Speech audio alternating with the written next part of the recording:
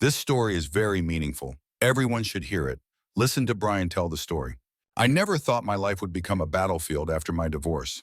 I had spent 13 years married to Lisa, and we had two kids together, Jill, who was 6, and Marvin, who was 4. When we separated, I hoped we could at least be civil for the sake of the children. But I was wrong. My new wife, Donna, was my refuge, the one person who stood beside me when everything around me fell apart. But no matter how much we tried to build a peaceful life, Lisa wouldn't let us. She had turned co-parenting into a living nightmare, where every interaction was a new minefield of accusations, manipulation, and outright lies. It all came to a breaking point one Sunday night when I dropped the kids off at her place after a weekend with me. My phone buzzed with an email notification before I even made it home. Jill and Marvin report that they were in a car accident with you this weekend. They say they were frightened by a heated argument you had with a tow truck driver. They also report being bitten by a dog at your parents' house. This is the second time they've been bitten by dogs while in your care. I will be taking them to a pediatrician to check for internal injuries and infections. It would be nice if you informed the doctor about the accident and the dog bites. It would also be nice if you paid your half of the medical bills, considering both incidents happened while they were with you. I need to understand why they were stiff, sore, and acting more fearful than usual when they got home. Please provide all details regarding the accident and the dog bites. Thank you, Lisa. I sat there gripping my phone, staring at the words on the screen in utter disbelief. None of it was true. There had been no accident, no tow truck, no dog bites, and yet here she was, painting a picture so vivid that I almost doubted my own reality. Where did she even come up with this stuff? What was she hoping to achieve? Donna walked into the room and saw my face. "Another email?" she asked, already knowing the answer.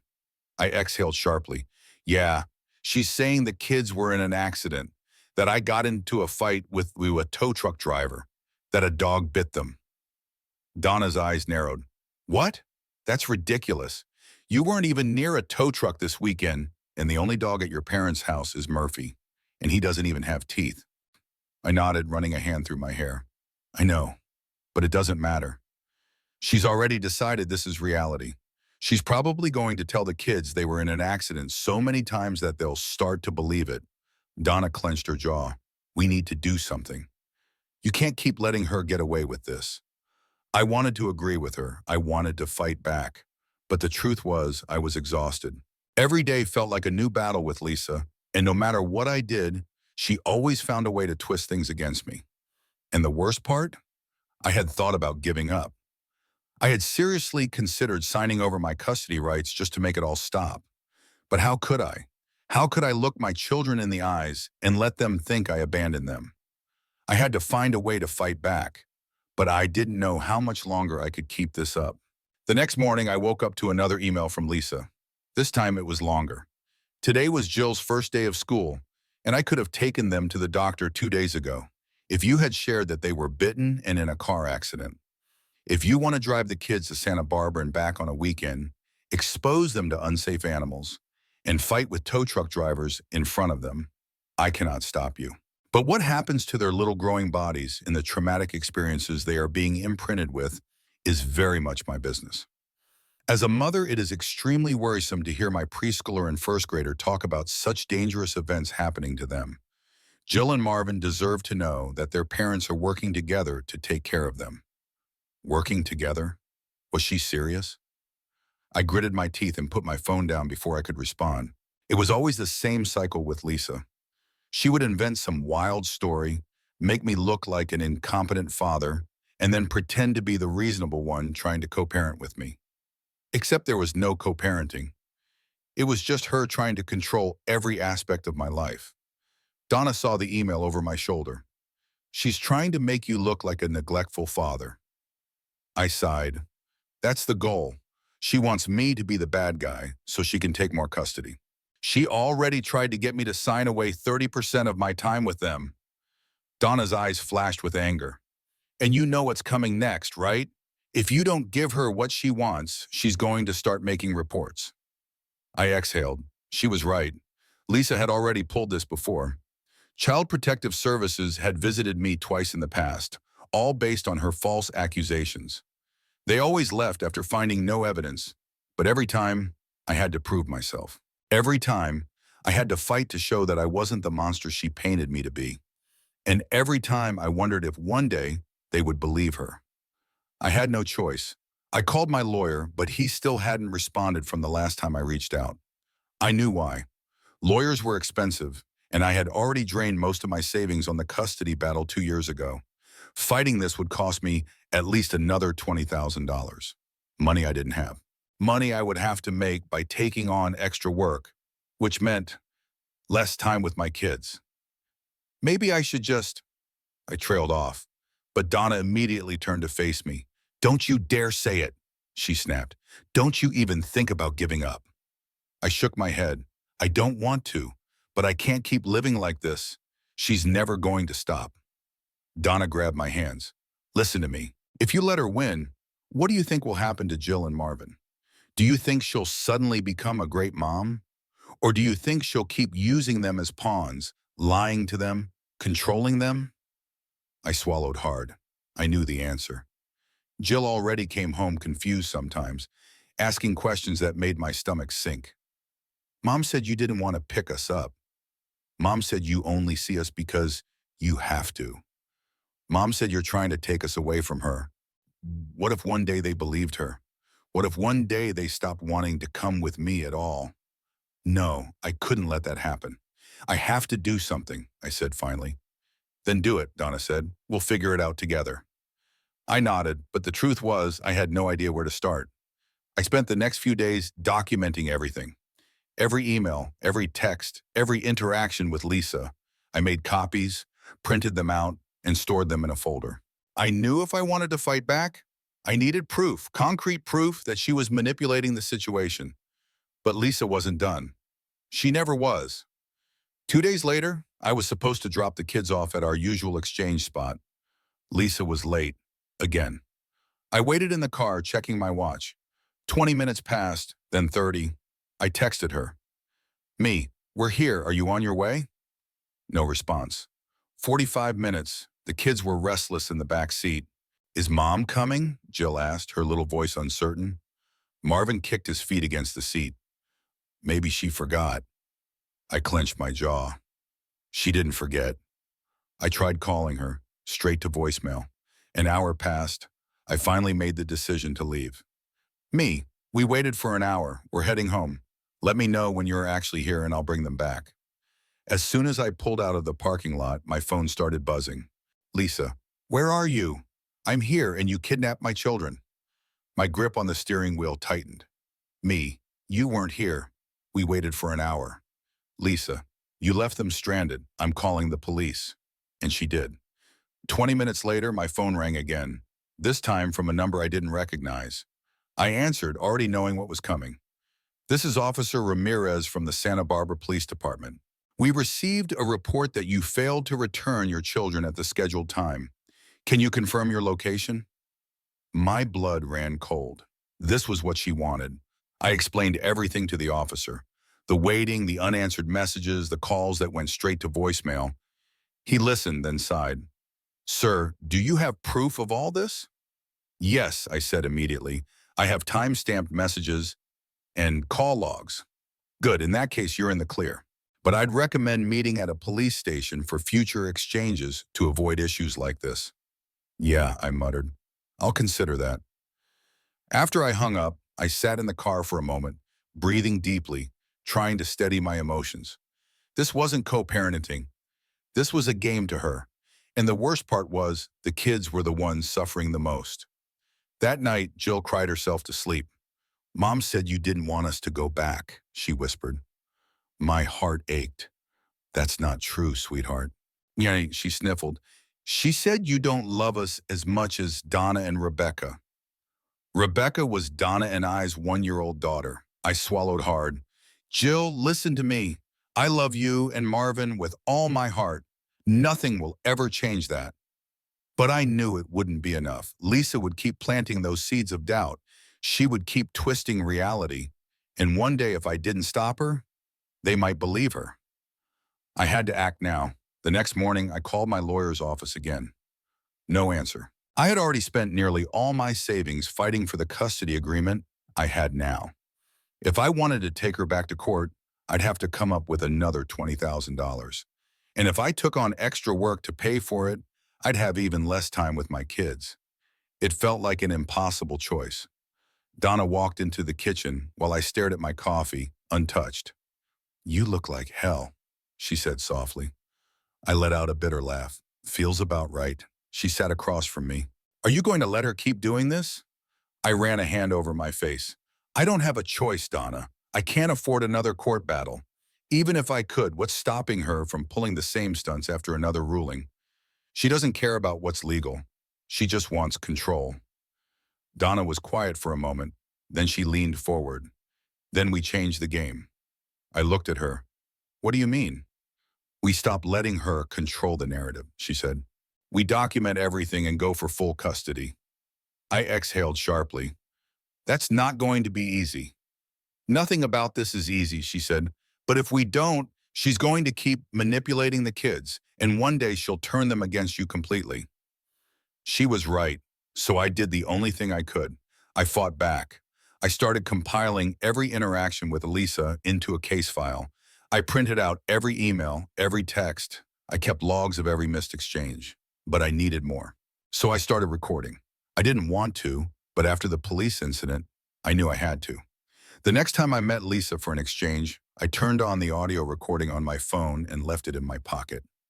Sure enough, she was late again. This time when she showed up, she immediately launched into an attack.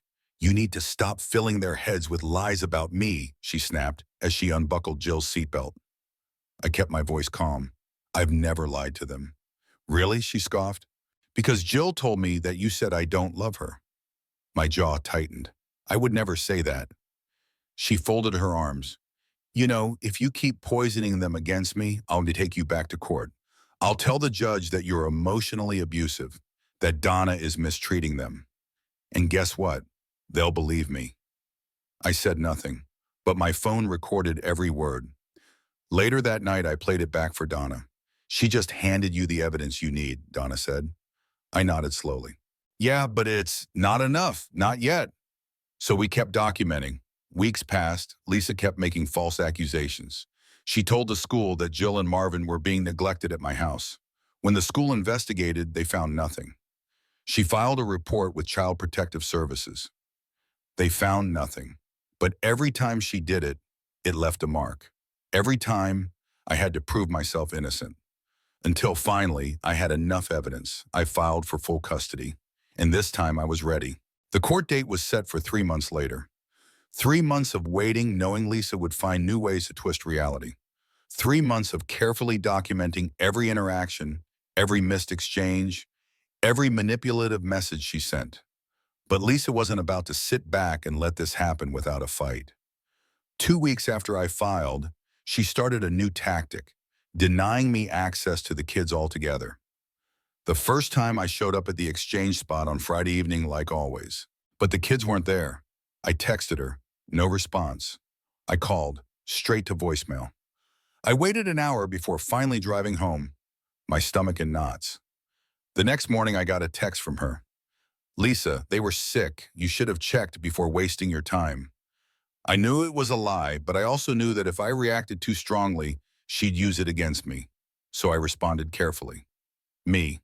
I understand. Next time, please let me know ahead of time." The next week, it happened again.